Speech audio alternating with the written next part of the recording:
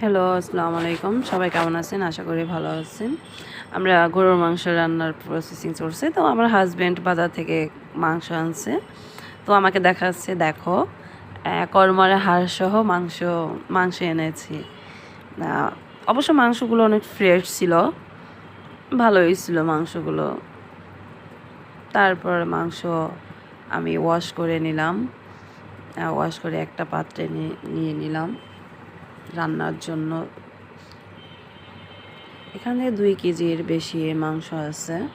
পেঁয়াজ, কাঁচামরিচ, শুকনো শুকনো মরিচ, শুকনো গুঁড়ো মরিচ, হলুদ, লবণ, জিরার গুঁড়ো, ধনিয়ার গুঁড়ো, গরম মশলার গুঁড়ো, সাথে স্বাদ মতো লবণ দিয়ে নিয়েছি, আদা, জিরা, রসুন বাটা। আর আমি সাথে আবার অ্যাড করেছি গরুর মাংসর মশলাটা দিয়ে রাঁধুনি, ওটা অ্যাড করেছি।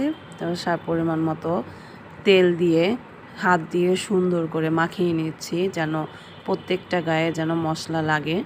মানে হাতে মাখা মাংসর রান্না অনেক টেস্ট। আমার কাছে ভালোই লাগে হাতে মেখে মাংস রান্না করার জন্য। তারপর রান্নার কাছে বসিয়ে দিয়েছি। রান্নাও হচ্ছে।